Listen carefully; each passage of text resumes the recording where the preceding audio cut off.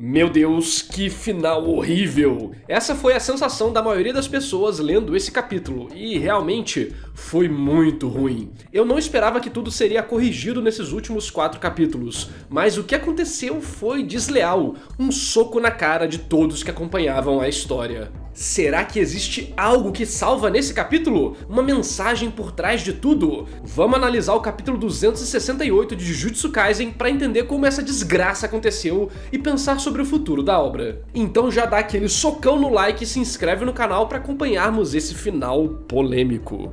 O capítulo abre com Sukuna tentando massacrar o Megumi espiritualmente, falando sobre ele ser um bosta, de tudo ter dado errado, dele ter matado a própria irmã, até do seu amigo ser um genocida. Megumi fica até tenso com a situação, com o vilão dizendo que ele nunca viverá uma vida decente. O que é uma conexão interessante com o que aconteceu anteriormente, do Megumi dizendo ao Itadori que ele só queria ter uma vida normal com a irmã. Talvez por estarem no mesmo corpo, Sukuna escutou esses pensamentos de alguma forma e estava tentando o desestabilizar ali. Mas o Megumi simplesmente ignora tudo isso e começa a atacar o Sukuna moralmente, dizendo que ele tá nervoso, com medo da morte, que a falta dos dedos tá deixando ele fraco, e também que ele nunca pretendeu viver uma vida justa, mas que há inúmeras pessoas além dele nesse mesmo mundo. Então, que por isso, ele tentará viver por outra pessoa mais uma vez. Aqui, no caso, ele vivia por sua irmã. Agora, será que ele vai viver por quem? Pelo Itadori? Eu acho plausível. Mas, de qualquer forma, essa parte ficou bem fraca. O personagem passou sei lá quantos capítulos deitado deprimido.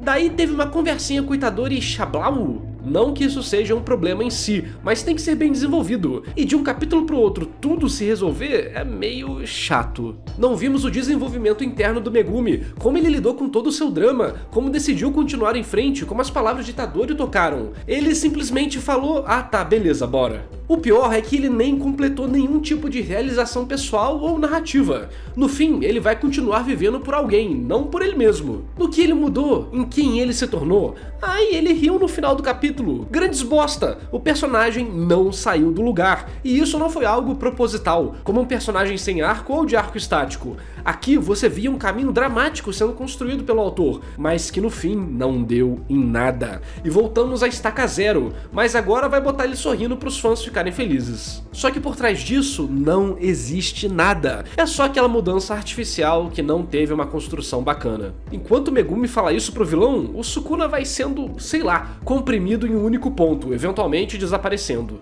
representando como ele estava perdendo o domínio no corpo do personagem e também como sua forma física estava enfraquecendo. Tanto é que na próxima página o Sukuna virou uma meleca de carne disforme que tentava pegar o Megumi, mas que falha e vira meio que um pedaço de bosta, o famoso Pou. E aqui é outro ponto decepcionante. Qual foi o grande poder do Itadori? Ele só bateu no Sukuna mesmo? Tipo, sério? Toda aquela parte filosófica e temática não se manifestou de nenhuma outra forma? Claro, a conversa do Itadori e do Sukuna foi super legal, e eu queria mais capítulos assim. Mas e a materialização disso dentro do mangá de lutinha?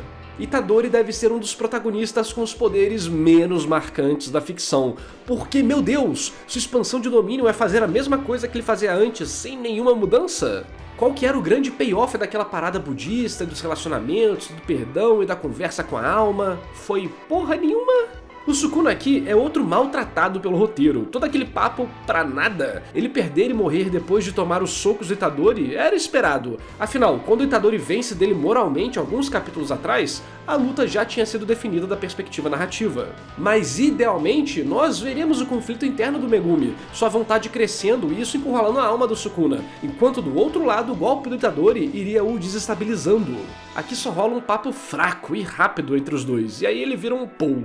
Existe um limite entre fazer coisas súbitas e anticlimáticas de coisas ruins mesmo. E aqui, sinceramente, só foi ruim, porque não recompensou nada que a obra preparou. A gente permanece sem entender o Sukuna direito, não vimos o desenvolvimento do Megumi, a obra não nos deu nenhuma consequência final marcante, a Nobara foi quase um deus ex machina, tudo simplesmente foi bagunçado. Inclusive a Nobara voltar só pra fazer aquilo também tira toda a moral do Itadori na luta. A gente vê aquele discurso bacana e ele falando, eu vou te matar, a gente queria ver o protagonista tendo seu momento de protagonismo, mas ali infelizmente ela aparece e remove todo o valor dele, mostrando que não, eles seriam incapazes de fazer qualquer coisa.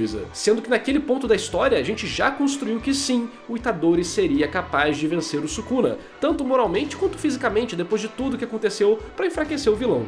Se você gostou, ok, tudo bem. Nosso apego a obras e personagens passam por cima disso muitas vezes. O ponto é, você gostaria mais ainda se o Gege tivesse construído esse final como ele construiu outros ótimos momentos da obra, tipo Shibuya.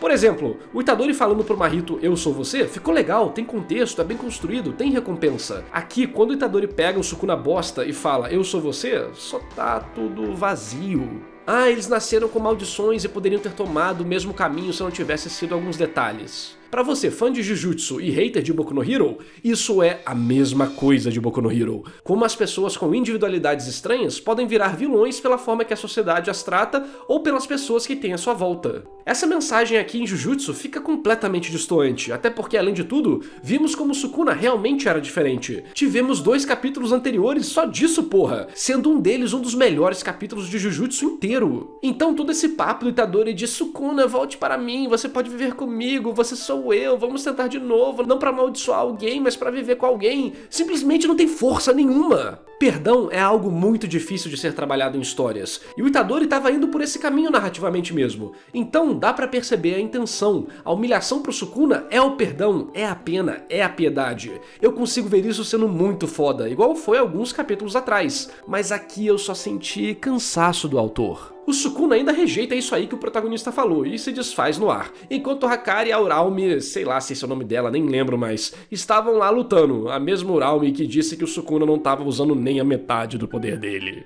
E ela agora basicamente mandou: "Vocês só ganharam porque ele não venceu, se ele tivesse vencido vocês tinham perdido". Fazendo um discursinho barato, então chamando de sorte. Falando que se eles tivessem enfrentado o Sukuna 1000 anos atrás, vá pra puta que pariu, Uraume, que personagem ridículo, serviu pra nada a história toda, só pra enrolar e falar besteira. A luta acaba com ela morrendo e virando pó igual o Sukuna, sem fazer nada, nem lutando a gente vê. Eu, sinceramente, não tava esperando a luta do Hakari em si, porque apesar do poder dele ser bem divertido, é simplesmente conveniente, assim como os votos e o Black Flash. Então eu penso basicamente, ok Gege, me divirta nessa montanha-russa. Inclusive vou fazer um vídeo falando como o sistema de Jujutsu Kaisen não é tudo isso. Mas como ele estava lutando com a mão direita do vilão, todos achavam que isso teria algum foco, talvez algum tipo de conexão entre as duas lutas, mas não, ela só acontece off-screen mesmo, enfim. O pior é que é normal autores mudarem a perspectiva durante certos momentos, para ajustar a curva de tensão, impedir de ficar muito repetitivo, evitar de ficar cansativo, e a luta do Hakari parecia ideal para isso. Meio que eu achava que a sua função narrativa seria exatamente essa, mudar a perspectiva e gerar aquela ansiedade para voltar, aproveitando para resetar o nosso cansaço e expandir outros elementos que seriam paralelos à luta do Sukuna e de geral.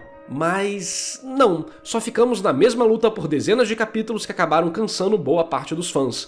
Um erro gravíssimo e até amador, coisa que o Gege não tinha cometido até esse ponto. Pelo menos nesse aspecto específico, visto que luta sempre foi a especialidade dele.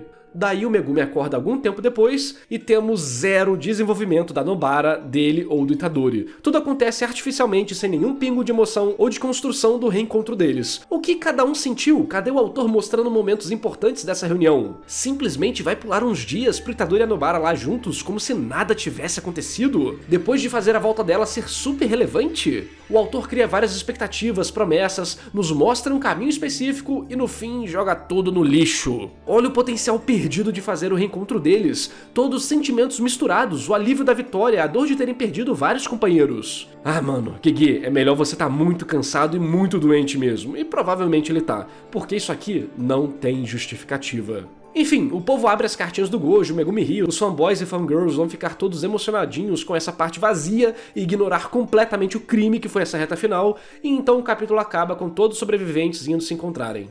E aparentemente o Yuta tá vivo? E pelo visto a Maki tá muito puta com ele. Inclusive esse é um chip que rolava, né? Maki e Yuta. Não sei muito, tô por fora, mas vamos ver no que vai dar. Enfim, achei esse capítulo horrível, um dos piores de Jujutsu Kaisen. O Gege, seja lá pelo motivo que for, fez muita besteira, que não condiz com o próprio nível de escrita dele. É mais um mangá com um final ruim porque os caras não tiram férias. E sim, não é a Shonen Jump que obriga eles a trabalharem. Eu tenho um vídeo entrevistando um mangaka japonês que explica tudo, vou deixar aí na descrição e no card. Esse final pegou todos os problemas do Gege e aumentou em 100 vezes, fazendo a obra perder todo o favor público que ela conseguiu graças a Shibuya no mangá e a adaptação do anime em geral. Eu vou cobrir ela até o final, mas acho que esses últimos capítulos também vão ser difíceis de se ler. Não por serem ruins em si, na real eu acho muito difícil de ficar pior do que já tá, até porque as grandes conclusões da luta meio que já rolaram. A partir daqui é elemento emocional e fechamento de ponta solta. Mas dá um medo de ser igual ao Boku no Hero, onde muita coisa fica estranha, mesmo que a intenção tenha sido interessante. A escrita de todos os personagens parece estar uma bagunça, e eu não consigo imaginar onde a obra vai, e talvez isso seja um ponto positivo.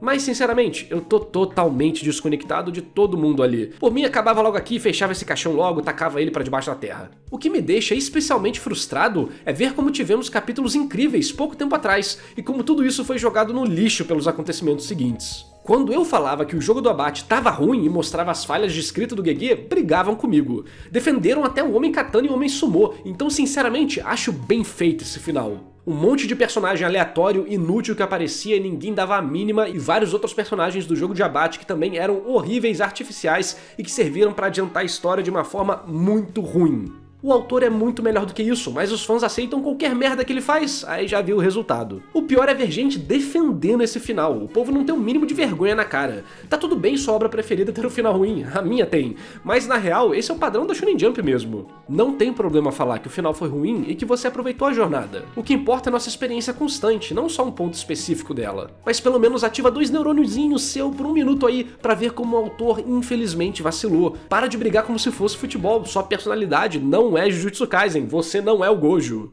Jujutsu merecia mais, e teve muitas promessas que infelizmente não foram cumpridas. Vamos ver se pelo menos esses últimos capítulos dá pra fechar de alguma forma levemente aceitável. Então pra me ver passando pelas fases do luto e talvez coringar ainda mais, dá like no vídeo, se inscreve no canal e sei lá, me apoia aí com R$5 pra justificar todo esse sofrimento. E esse vídeo só foi possível graças à lenda do canal, Cauã Melo, e aos heróis Adriel Cavalcante, Alex de Oliveira Silva, André Luiz Melo, Eduardo Rufino, Felipe Kurama, João Pedro Coelho, Leonardo de Brito Correia, Matheus Felipe, Overhaul Engenharia de Manutenção, Celtinho Gameplays e a todos que apoiam o meu trabalho.